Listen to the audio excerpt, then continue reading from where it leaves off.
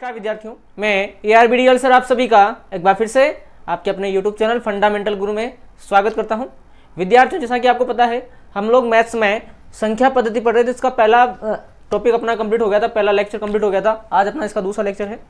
इसके अंदर हम कुछ नए सम संख्या, विषम संख्या, इनके बारे में देखने वाले हैं और भी इससे संबंधित जो भी जानकारी है उसको आज अपन इसमें कंप्लीट करने वाले हैं। उससे पहले बता दूं कि जो भी विद्यार्थी हमारे चैनल पर नया है या अभी तक चैनल को सब्सक्राइब नहीं किया है तो सबसे पहले जल्दी से वीडियो को लाइक, उसके बाद चैनल को सब्सक्राइब और बेल आइकन को जरूर प्रेस कर दे ताकि जितने भी लेटेस्ट वीडियो होंगे उसके नोटिफिकेशन सबसे पहले आप तक पहुंच जाएंगे। और हाँ, जितना हो सके अपने ज़्यादा से ज़्यादा दोस्तों में इस वीडियो को जरूर शेयर कीजिएगा।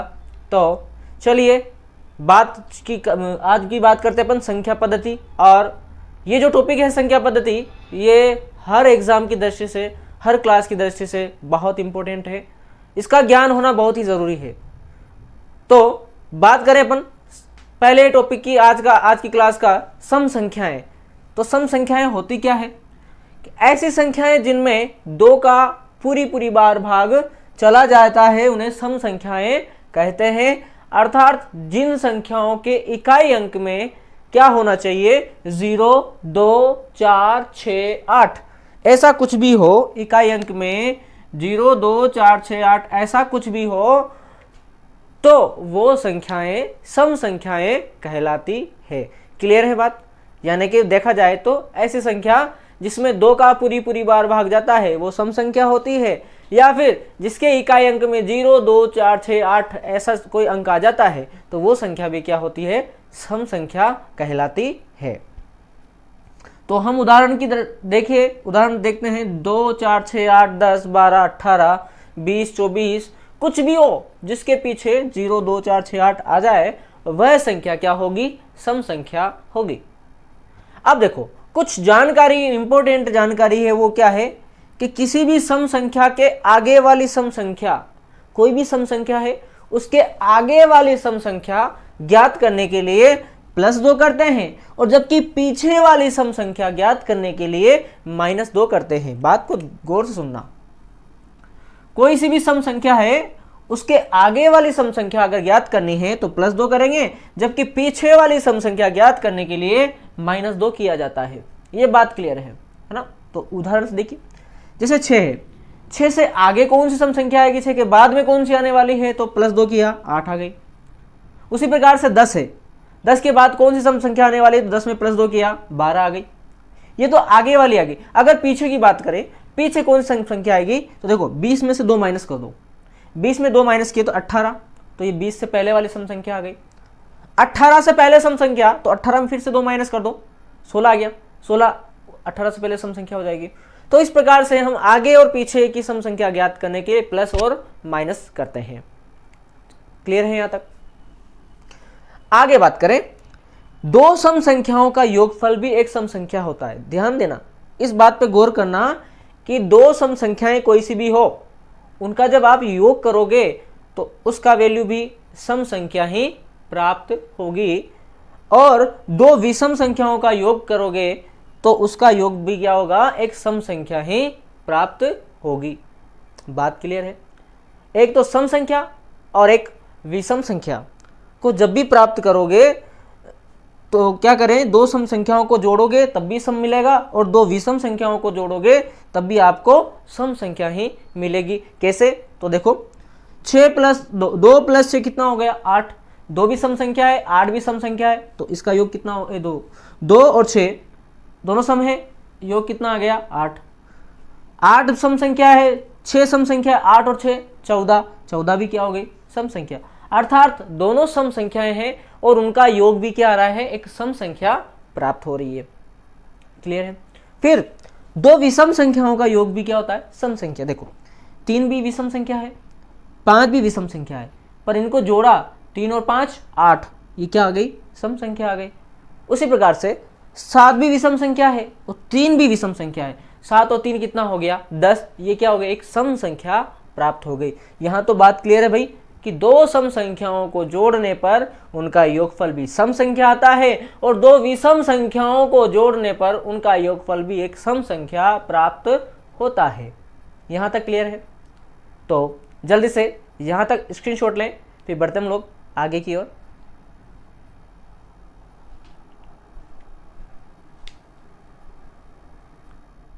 चलिए देखिए, बात करते हैं हम लोग विषम संख्याओं की।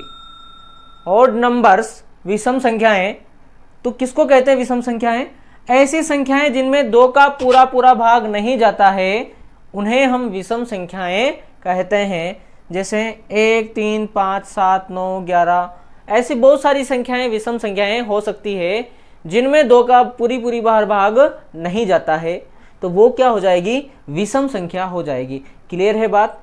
यानी ऐसी संख्या जिसमें 2 का भाग पूरी बार नहीं जाता है, वो क्या होती है? विषम संख्या होती है। अब देखिए, किसी भी विषम संख्या के आगे वाली विषम संख्या ज्ञात करने के लिए +2 करते हैं तथा पीछे वाली विषम संख्या ज्ञात करने के लिए -2 किया जाता है। यानी कोई भी विषम संख्या है, उसके जस्ट आगे वाली विषम संख्या अपने को ज्ञात करनी है तो +2 करेंगे, और पीछे वाली विषम संख्या ज्ञात करनी है तो -2 करेंगे।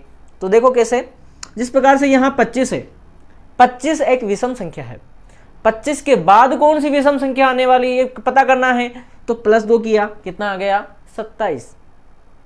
उसी प्रकार से 31 है, 31 एक विषम संख्या है, तो 31 के बाद कौन सी विषम संख्या आएगी, तो हम +2 कर देंगे, तो कितना आ जाएगा? 33। क्लियर है? अगला जैसे 23 है, 23 विषम संख्या है, परंतु 23 से पहले कौन सी विषम संख्या आएगी, तो उसको ज्ञात करने के लिए हम उसमें -2 कर देंगे, तो कितना आ गया? 21। और 15 भी एक विषम संख्या है, 15 से पहले कौन सी विषम संख्या आती है उसको पता करने के लिए -2 किया, तो कितना आ गया? 13 आ गया। तो 13 यहाँ क्या हो गया? विषम संख्या हो गई। क्लियर है यहाँ पर? तो ये तो हो गई बात विषम संख्याओं की। अब बात करें हम भाज्य संख्याओं की। भाज्य संख्याएं क्या होती है, तो देखो, भाज्य संख्याएं कंपोजिट नंबर, वे प्राकृत संख्याएं जिनमें एक का, स्वयं का और अन्य संख्याओं का भी भाग चला जाता है, उनको भाज्य संख्याएं कहते हैं। यानी ऐसी संख्या जिसमें एक का, स्वयं का और दूसरी किसी भी संख्या का भाग चला जाता है, उसको हम भाज्य संख्या कहते हैं। बात क्लियर है? या फिर दूसरे शब्दों में कहें तो जिन संख्याओं के गुणनखंड हो सकें, ऐसी संख्याएं जिनके गुणनखंड हो सके, तो वह संख्याएं भी क्या कहलाती है? भाज्य संख्याएं कहलाती हैं। उदाहरण देखिए, 4, तो 4 के देखो, 4 में 1 का भाग जाता है, 4 में 4 का भाग जाता है और 4 में 2 का भी जाता है। इसका मतलब स्वयं का जा रहा है, 1 का जा रहा है, उसके अलावा 2 का भी जा रहा है, और भी दूसरी संख्या का भाग जा रहा है, तो 4 भी क्या है? भाज्य संख्या। 6 को देख लीजिए, 6 में 1 का भी जा रहा है, 6 का भी जा रहा है, उसके अलावा 2 का भी जा रहा है, 3 का भी जा रहा है, मतलब कि स्वयं और 1 के अलावा भी अन्य संख्या का भाग जा रहा है, तो ये भी क्या है? भाज्य संख्या है। उसी अनुसार 8, 9, 10, 12 ऐसी बहुत सारी भाज्य संख्याएं हम बना सकते हैं और होती है। क्लियर है? अब आपको याद क्या रखनी है, कुछ इंपॉर्टेंट बातें हैं जो आपको याद रखनी है कि 2 भाज्य संख्या नहीं है। याद रखना, 2 भाज्य संख्या नहीं है, और 2 एकमात्र ऐसी भाज्य सम अभाज्य संख्या है। अब भाज्य नहीं है तो कैसी है? अभाज्य है। तो 2 एकमात्र सम अभाज्य संख्या है, और उसी प्रकार से 1 न तो भाज्य है और ना ही अभाज्य संख्या है। चलिए, क्लियर है यहाँ तक? तो जल्दी से इसका स्क्रीनशॉट लें, फिर बढ़ते हैं हम लोग आगे की ओर। चलिए बढ़ते हैं आगे और बात करें हम लोग अभाज्य संख्याओं की।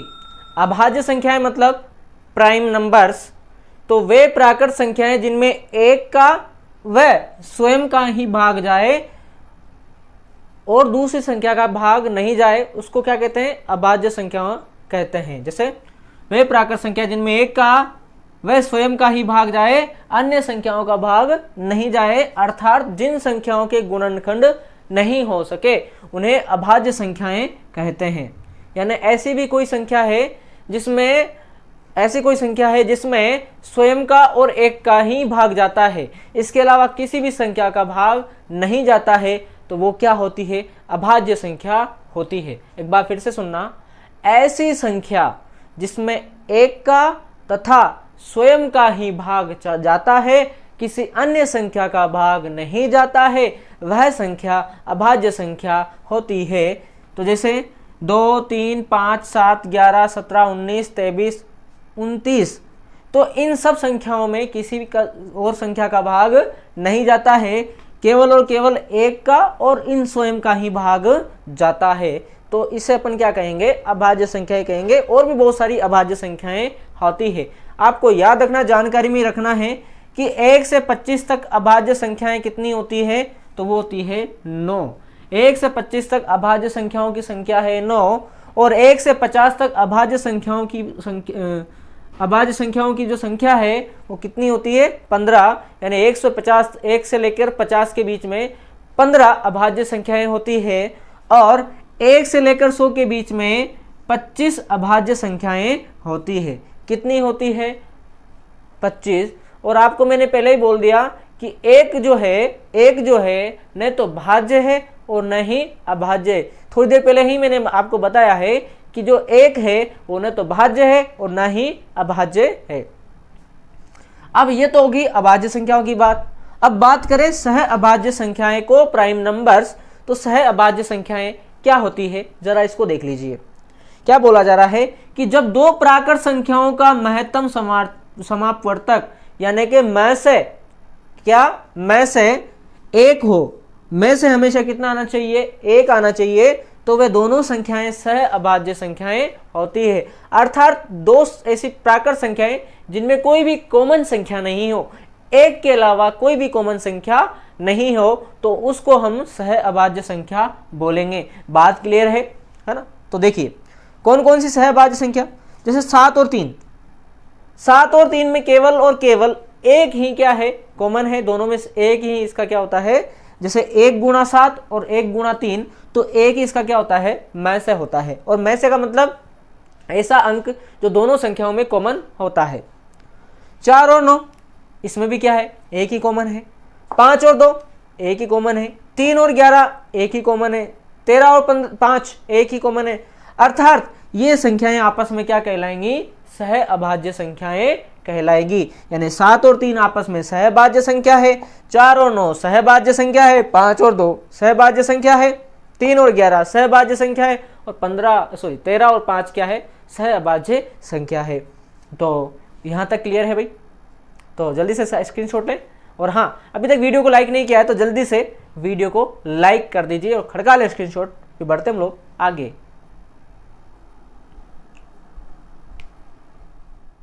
चलिए आगे बढ़ें और हम चर्चा करें, बात करें वास्तविक संख्याओं की, रियल नंबर्स। तो वास्तविक संख्याएं क्या होती है, तो सभी परिमेय और अपरिमेय संख्याएं, परिमेय और अपरिमेय संख्याओं का जो सम्मिलित रूप होता है वो वास्तविक संख्याएं कहलाती हैं। जैसे 5, 7, 3/5, 2/5, -1, √2, √3, पाई। अब ये देखो, ये जो है ये तो परिमेय संख्याएं हैं, ये तो क्या है, परिमेय संख्याएं हैं। और √2, √3 और पाई ये क्या है, अपरिमेय संख्या है। तो जैसा बताया गया कि परिमेय और अपरिमेय संख्याओं का जो सम्मिलित रूप है वही क्या होता है, रियल नंबर्स यानी वास्तविक संख्याएं कहलाती है। अब ये वास्तविक हो गया, तो अवास्तविक संख्या क्या होती है, तो अवास्तविक संख्या की बात करो तो वह संख्या जो ऋणात्मक हो और अंडर रूट के अंदर हो। कहाँ पे हो, अंडर रूट के अंदर हो, उसे क्या कहते हैं, अवास्तविक संख्या कहते हैं। अर्थात जिसका कोई अस्तित्व नहीं हो, है ना, तो वो क्या होती है, अवास्तविक संख्या होती है, अंडर रूट वाली। तो जैसे कि माइनस के रूट में -3 है, रूट में -7 है, रूट में माइनस कुछ भी है, 4, 3, 5, 7, 9, 10, 11 कुछ भी हो, माइनस के अंदर, माइनस में हो और अंदर किसको होना चाहिए, अंडर रूट में होना चाहिए। तो अंडर रूट में माइनस आ रहा हो तो वो क्या होगा, अवास्तविक संख्या होगी। वापिस से सुन ला कि जो संख्या ऋणात्मक हो वो कहाँ आती है, अंडर रूट के अंदर आती है। अंडर रूट का चिन्ह इस प्रकार से होता है, इसको रूट भी बोलते हैं। तो उसमें जो आती है वो क्या कहलाती है, अवास्तविक संख्या कहलाती है। यहाँ पर क्लियर है ये बात। और सम्मिश्र संख्या, एक संख्या देखो सम्मिश्र संख्या, तो वह संख्या जो वास्तविक और अवास्तविक वास्तविक और अवास्तविक संख्याओं से मिलकर जो संख्या बनती है वह कहलाती है सम्मिश्र संख्या। तो देखो जैसे 3 है, 3 यहाँ पर क्या है, वास्तविक है, ये तो क्या है, वास्तविक है, और माइनस का अंडर रूट में माइनस का 1, ये क्या है, अवास्तविक है, ये क्या है, अवास्तविक है। उसी प्रकार से 5 क्या है, वास्तविक है, और अंडर रूट में माइनस के साथ क्या है, अवास्तविक है। तो वास्तविक और अवास्तविक संख्या से मिलकर क्या बनती है, सम्मिश्र संख्या यहाँ पर बनती है। तो यहाँ तक क्लियर है? तो जल्दी से इसका स्क्रीनशॉट लें, फिर बढ़ते हम लोग आगे की ओर।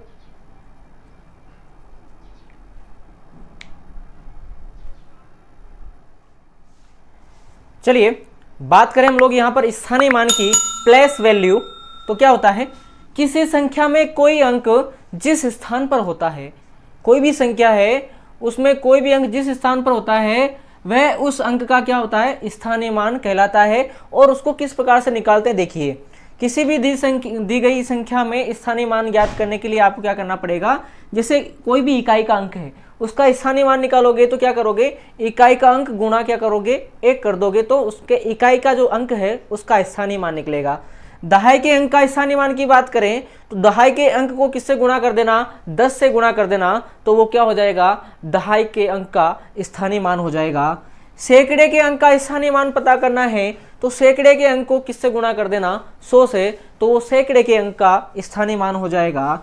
उसी प्रकार से 1000 के अंक का स्थानीय मान पता करने के लिए 1000 का जो अंक होगा उसको 1000 से गुणा कर देना, तो आपके वहां पर वो उस 1000 वाले अंक का क्या आ जाएगा, स्थानीय मान आ जाएगा। अगर तो देखिए इस प्रकार से हम लोग क्या करेंगे, स्थानीय मान को निकाल पाएंगे।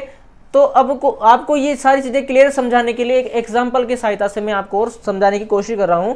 जैसे आपके सामने है 54,732 में प्रत्येक का स्थानीय मान कितना है। तो देखो यह है इकाई वाला अंक, इकाई वाला अंक कितना है, 2।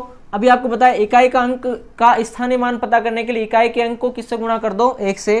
तो 2 को मैंने किससे गुणा किया, 1 से, तो 2 का जो स्थानीय मान है वो कितना हो गया, 2। इकाई के बाद में दहाई, दहाई में है 3, तो दहाई का कैसे करते हैं, दहाई के अंक को 10 से गुणा करते हैं, तो 3 का स्थानीय मान निकालेंगे, 3 को 10 से गुणा किया तो कितना हो गया, 30 हो गया। उसी प्रकार से सैकड़े के अंक का स्थानीय मान पता करना है तो इकाई, दहाई, सैकड़ा, सैकड़ा कितना है, 7, तो 7 का स्थानीय मान पता करने के लिए 7 को किससे गुणा कर दिया, 100 से, तो वो कितना हो गया, 700 हो गया। इकाई, दहाई, सैकड़ा, 1000, 1000 में कितना है, 4, तो 4 को किससे गुणा कर दिया, 1000 से, तो कितना आ गया स्थानीय मान, 4000 आ गया। और उसी प्रकार से इकाई, दहाई, सैकड़ा, 1000, 10,000 मतलब 5, तो 5 का अपने को स्थानीय मान पता करना है तो 5 को अपन ने 10,000 से गुणा कर दिया तो कितना हो गया, 50,000 हो गया। क्लियर है भाई यहाँ पर? तो इस प्रकार से हमने इन सब के क्या कर लिए, स्थानीय मान निकाल लिए। यहाँ तक क्लियर है आपको? तो समझ में आ गया? तो जल्दी से यहाँ तक स्क्रीनशॉट ले, फिर बढ़ते हम लोग आगे की ओर। और हाँ, अभी तक वीडियो को लाइक नहीं किया है तो जल्दी से वीडियो को लाइक जरूर कर दे भाई। चलिए खड़का ले स्क्रीनशॉट।